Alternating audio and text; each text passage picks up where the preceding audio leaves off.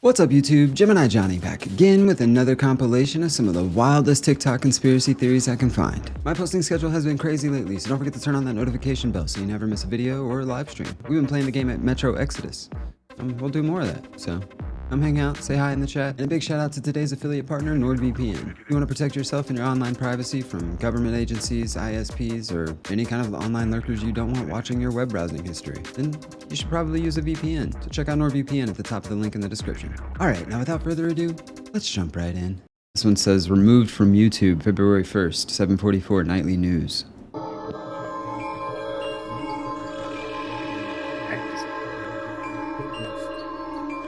Like, what is that? Ugh. They have a mask on? I'm so confused. What? What senator is this? What? This has to be an alien. And of course he's from the universe. Do we have aliens representing us at the United Nations now? Don't like it. Do we have aliens in our government, bro? If you're an alien in our government, you have to tell me right now. That's the law.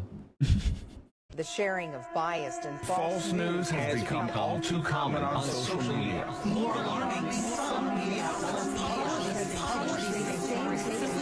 without checking facts first. Unfortunately, some members of the media use their platforms to push their own personal. It's almost like the media can't be trusted.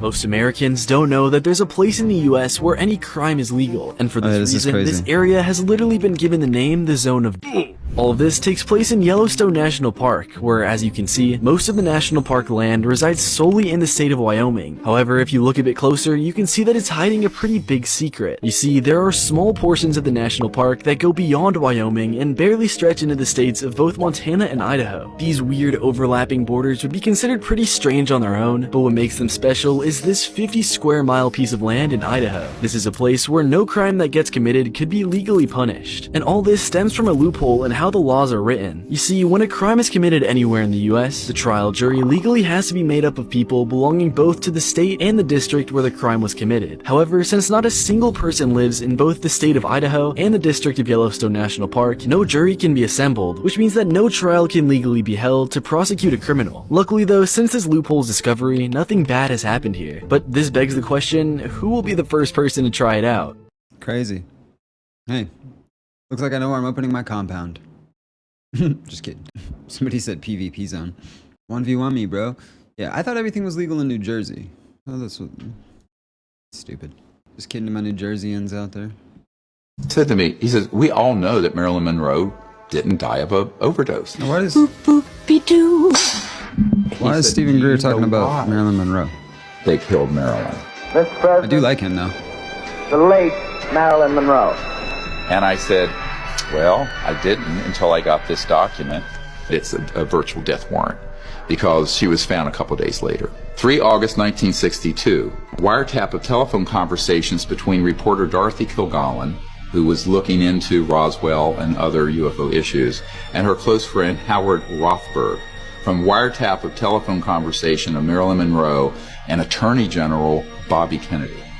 Rothberg discussed the apparent comeback of the subject with Kilgallen and the breakup with the Kennedys. This is referring to the fact that Marilyn Monroe had been having an affair with not one but both Kennedy brothers, and it was becoming conspicuous, so they broke it off. Rothberg indicated in so many words that she had secrets to tell, no doubt arising from her trysts with the President and the Attorney General. One such secret mentions the visit of the President at a secret air base for the purpose of inspecting things from outer space. Now, this is 1962. Kilgallen said that if the story is true, it would be a terrible embarrassment for Jack and his plans to have NASA put men on the moon. We choose to go to the moon in this decade and do the other things, not because they are easy, but because they are hard. The subject repeatedly called the Attorney General and complained about the way she was being ignored by the President and his brother. Subject threatened to hold a press conference and would tell all. Ooh. It's a tragic situation because she was an actress. She didn't understand the national security state and the viciousness of those who want to keep these sort of secrets. Whoa. I mean, kind of saying what we all knew, right? And it's crazy. I didn't know she grew up in a foster homes and an orphanage. She got found by a photographer while she was working in a factory. That's crazy. Politicians and billionaires have started selling off all their stock. Senator Tuberville just dumped a huge amount of his portfolio this month, and I mean huge. This was posted in February, by the way. Over the last month, 59 of them were sales. Tuberville isn't just your regular congressman. When it comes to trading, he has one of the best records in Congress, right next to Nancy Pelosi. Maybe one of the reasons behind this performance is the crazy amount of Senate committees that he's on. If you somehow don't know who Quiver Quantitative is, they track the politicians' trades. They have a website. They're one of the best resources you can go to if you want to know what's going on in the stock market and the world. And he points out how Tommy Tuberville sits on a ton of congressional committees that give him insight into what's happening with commodities, rural development, food and nutrition, military action. You can go to quiverquantitative.com and look for Tommy Tuberville, and it'll show you all the data on all of his different trades across the years, whether they're buys or sells, what industries they're in, and you can see what we're talking about here. In February, he sold off huge amounts of stock in every single industry. Just this February, Jeff Bezos has also sold another $2 billion of Amazon stock, and he's up to $6 billion in sales. Mark Zuckerberg is doing the same thing. This is where the SPY is currently at. This is an index that tracks the top 500 and so companies in the market. This was the year 2000, and this was the year 2008, those bubbles. But economists want you to believe that this is not a bubble, that this was the crash and we're recovering and it's all good. Except all the insiders, the richest people in the world, the politicians, for some reason think that this is a really good time to sell all of their assets. We also recently discussed how Bloomberg did a study where they showed that media mentionings of soft landings is actually a reverse indicator for soft landings. The yellow is where we've had major recessions, and news coverage of the possibilities of soft landings spikes before major collapses. And this is what it's at today. We've also discussed how regional banks are in big trouble again, and how the emergency bailouts from 2023's banking collapse end 1 year later, this March. That is in, 12 days? So if I had a bunch of open trades in the stock market now, I would be pulling a Tuberville and getting the fuck out of this bubble. Fortunately, I don't, because the only stock I'm holding right now is GameStop, and all my shares are directly registered, so if something goes crazy in the market, I'm good to go. And I know that most of you guys are poor too, and don't have any assets to liquidate, so just buckle up and enjoy the ride, because 2024 is gonna suck. But on the bright side, if we all pay attention, it's gonna give a great opportunity to call for change. We just all gotta be educated and paying attention, so that when they try to bail themselves out again with our tax dollars, we got something to say about it. And one of the best indications that it's coming soon is that politicians and billionaires have started selling off all their stock. There you go. Perfect loop. I've said it 100 times on this channel. You follow the money, you're going to know why people say the things they do, at least when it comes to politicians. But with celebrities and stuff too, I mean, follow the money. You can usually answer a lot of questions. Also, I think it's Tuberville. That's how I've always heard it said. I've never heard people pronounce it Tuberville, although it sounds more silly that way, so maybe we should call it that. But yeah, he sucks. He's been in the Senate for, I don't know, 5 years or something. Yeah, he's been in office for 3 years after a career as a college football coach. So, qualified. Yeah, he's made a lot of money since he's been in the Senate, and that's just interesting. Yeah, and, it's not like it's just him or his side that does it either. Nancy Pelosi is one of the other people that has made it crazy rich off of stock trades. Why is it legal for our politicians who have inside information about what's going to happen in the stock market? Why is it legal for them to trade as many stocks as they want? But if anybody else has inside information and they do it, they send Martha Stewart to prison. I'm of the firm belief that every single one of our politicians probably belong in prison. So, allegedly. Navy personnel have added a new layer of evidence to the current national debate about UFOs. For the first time, radar images recorded inside a Navy ship have confirmed the presence of several unknown objects that swarmed around the ship for hours. I-Team reporter George Knapp here with a story that broke today on Mystery Wire. Thanks, Brian. Over the past 3 years or so, the public has been able to see several astounding images of what certainly qualify as UFOs during encounters with the U.S. Navy. There's no question that the Pentagon has censored data to go along with the photos and videos, but none of that information has been leaked or otherwise released. That is, until today. Omaha, 15 kids. For 2 long hours on the night of July 15, 2019, the crew of the USS Omaha detected on multiple sensor systems unknown objects that surrounded the ship as it moved through ocean waters west of San Diego. One of the objects, a self-illuminated sphere at least 6 feet in diameter, flew alongside the Omaha for an extended period and was observed through a thermal sensor in the ship's combat center. Filmmaker Jeremy Corbell released the Navy video weeks ago and says similar events were reported by 8 other Navy ships in the same area over 3 days. Mark bearing and range. There was numerous warships that are having similar it appears to be coordinated interaction, and this whole series was within this kind of, I'd say, circumference of 100 miles, and there was up to 50 to 100 contacts. In the last 3 years, the Pentagon has reluctantly confirmed the legitimacy of UFO images captured by Navy ships and air crews, including these photos taken off the coast of Virginia and the better-known videos, the so-called Tic Tac incident and the gimbal. But other than the images themselves, there's been no release of sensor data to buttress these cases. There is now. OD, if you can write a general lat long where we're at, and then the number of contacts you got, get the course and speed meters off. Over a period of hours, crew members on the USS Omaha, which is located in the center of this radar screen, monitored the approach of the unknown objects, as many as 14 at one point, all around the ship. 2 different radar systems watched the objects and estimated their speed. Track 781 just sped up to 46 knots, 50 knots, closing in. Oh, actually 38 knots. That was pretty much perfectly 000 relative, right? Yeah. Corbell obtained the images from sources he declines to identify. The Pentagon's UAP task force considers the Omaha spheres to be true unknowns. The ships that were under observation by the unknowns were unable to track where they came from or where they disappeared to. The Omaha sphere appears to have vanished into the ocean. What was splashed? At that point, it also vanished from all sensors. In one video snippet, 9 of the objects were seen around the Omaha, but 2 of them dropped off, somehow invisible to 2 radar systems. And it supports the hypothesis that these are not just a balloon dropping into the water, or it's not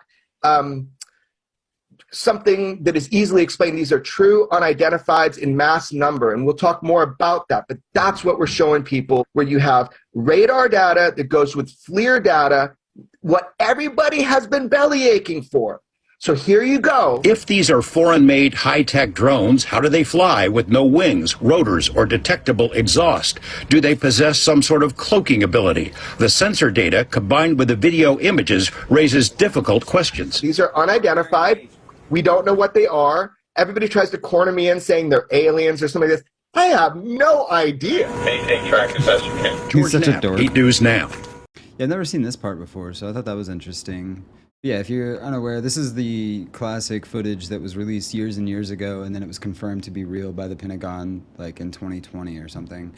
And then I think it was last fall, they went and officials testify.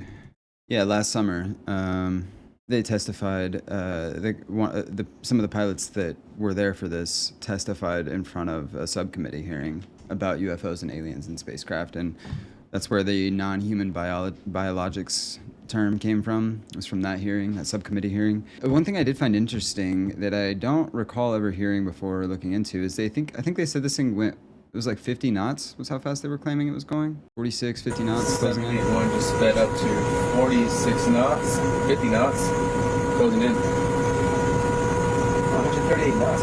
138. Oh, dang, that's a lot faster than I thought. Okay, hold on. Let's see, how fast is that? Okay, well, at first I was going to say 50 knots is only like 57 miles an hour, but 138 knots is 158 miles per hour, which is 254 kilometers per hour. That's fast. It's a lot faster than I thought. So never mind my point. It doesn't matter because I missed the 138 knots part. But yeah, I thought this radar clip was interesting. I've never seen that before. But it seems like it's part of this one, which I've seen a million times, so that's weird. This guy, I think I like him overall. He's kind of a dork, but he does good work. He's Jeremy Corbell from the, what do they call that? To the Stars Academy. I believe he's involved with them, right? Or he started it. He's the creator of Quantum Jiu-Jitsu. Well, I gotta learn what this is. With Sensei Jeremy Corbell.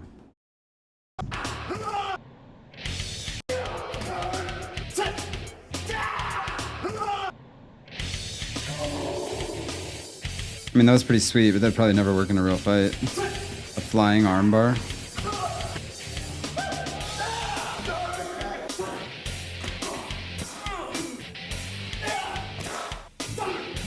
Is this the same dude?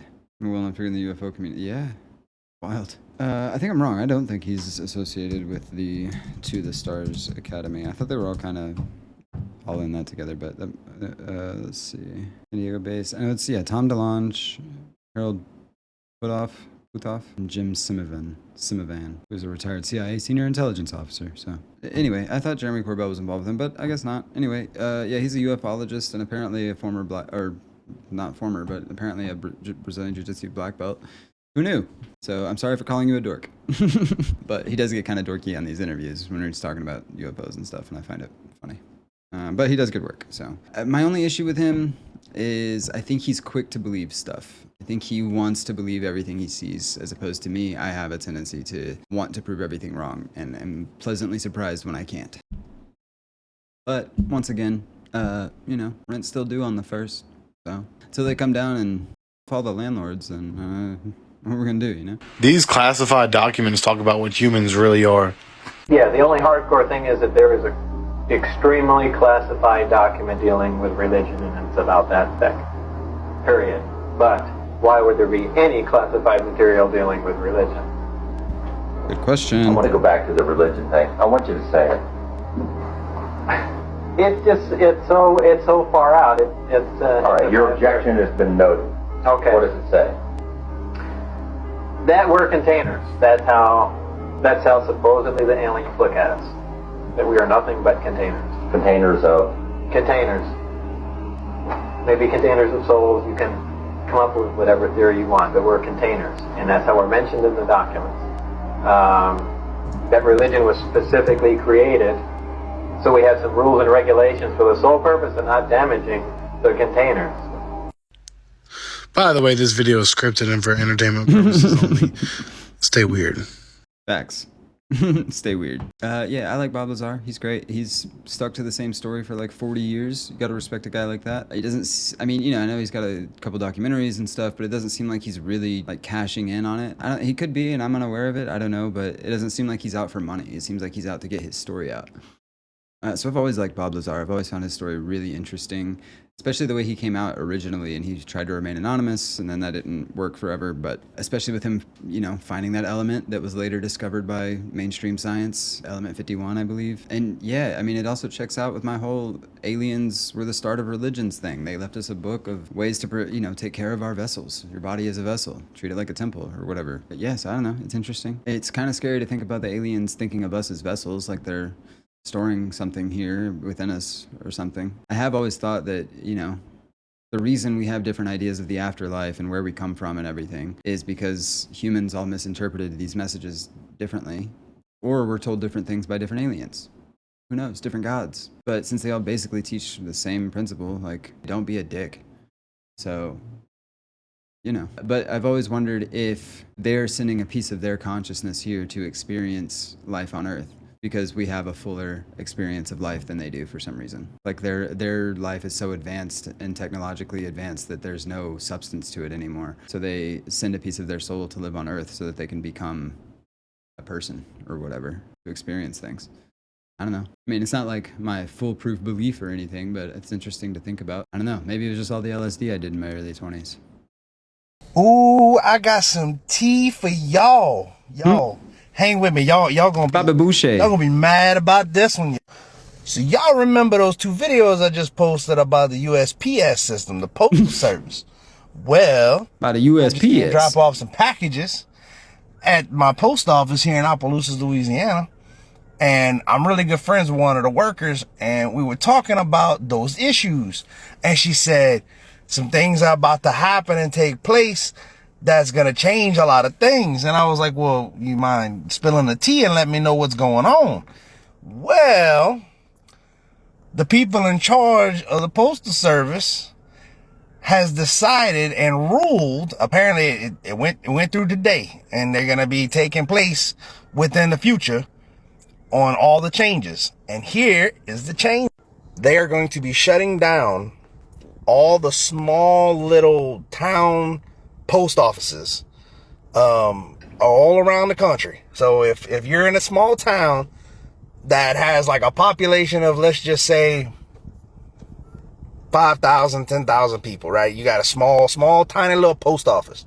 They're going to shut it down, and they're going to move everything to the larger county post office, parish post office, you know, the big areas that have the big post offices.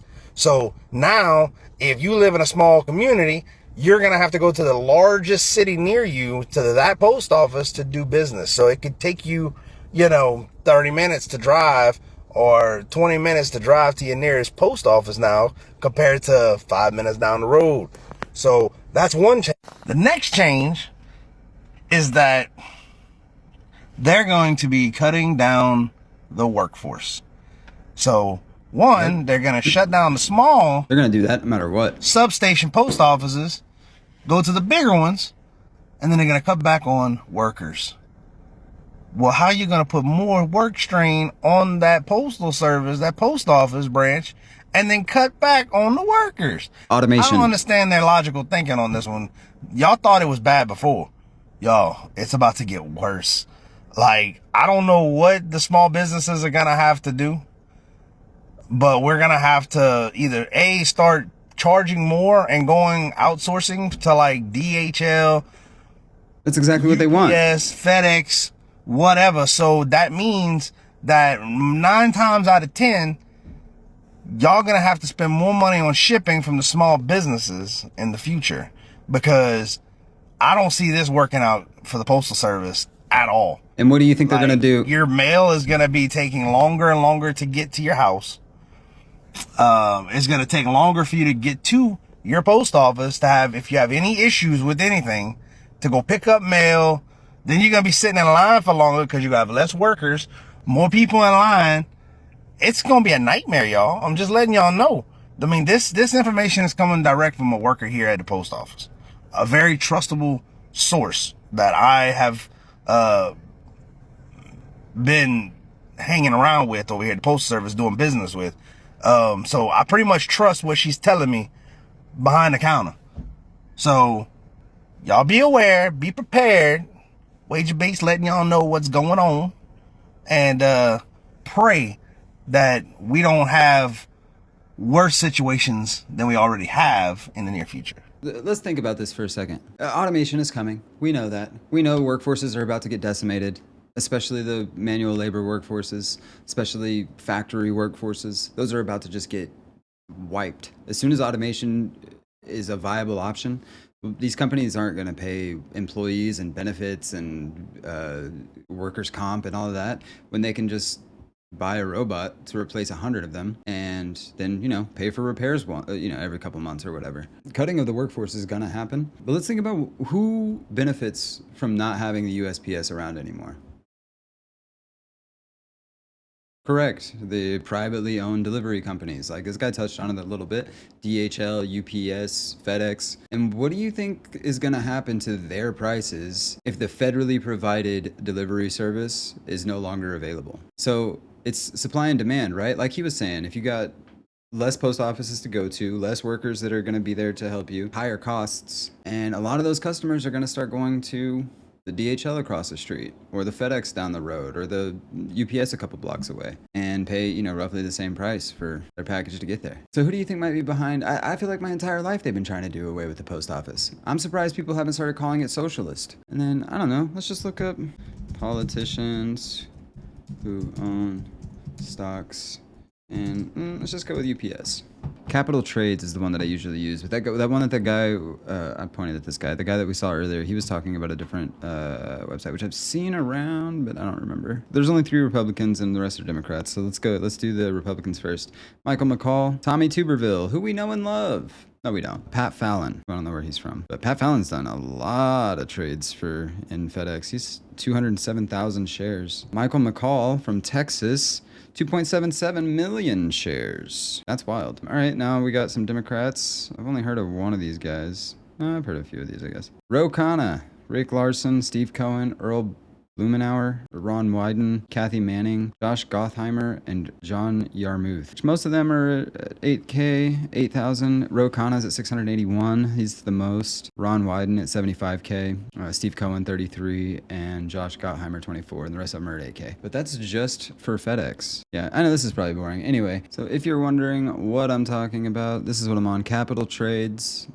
I think it's just capitaltrades.com, and you can go search, see all the stock trades that politicians are making. So that's a fun little resource if you're curious about where our money or where their money is going. If you're ever wondering, how did that legislation get passed? Just look and see who signed off on it, and then go check Capital Trades and see if they happen to own stock in companies that would, benefit from things that they sign off on. Always find that an interesting thing to do. But there you have it, folks. That is another compilation of some of the wildest TikTok conspiracy theories I can find. We did it, we done it. We're doing it some more. Big shout out to today's affiliate partner, NordVPN. Check out the link at the top of the description to save money today. If you enjoyed this video, don't forget to drop a like for me. It helps spread the video to more people and grow our little community even more. I'm almost at 4,000 subscribers. Thank you guys so much for subscribing. I appreciate it. Thank you for joining this journey. I've been posting on here for like 9 months, and the support you guys have shown me has blown me away. So thank you all sincerely. I appreciate it. Thank you for watching. And let's keep going, man. Next stop 10K, then 100K, and we're getting that silver play button, baby. I'm gonna have it right there. I'm probably gonna carry it with me everywhere and be like, did you know I have a silver play button? But we'll get there. Thank you for tuning in. I appreciate you. I love you. So until next time, seek the truth. Oh, and one more thing real quick. I'm just curious. I've always wanted to do like MMA, combat sports content, because that's like my other passion aside from creepy stuff. So if that's something you would like to see, let me know in the comments. I would definitely do it on a second channel. I wouldn't like mix it in with this channel. But yeah, I've been thinking about doing that. But if that's something you'd be interested in, seeing me talk about boxing, MMA, combat sports in general, then yeah, I think it'd be fun. Yeah, I might start a second channel and do that, but it won't take away from the posting of this channel. I'll, try to keep the same schedule and the same amount of posting on this one. But yeah, if that's something you'd like to see, let me know in the comments. I'm gonna go watch Karate Combat now, because Ben the Bane Davis is gonna knock out Most Wanted. Nah, Most Wanted's alright, but there's like 3 people out there that know what I'm talking about. Alright, bye.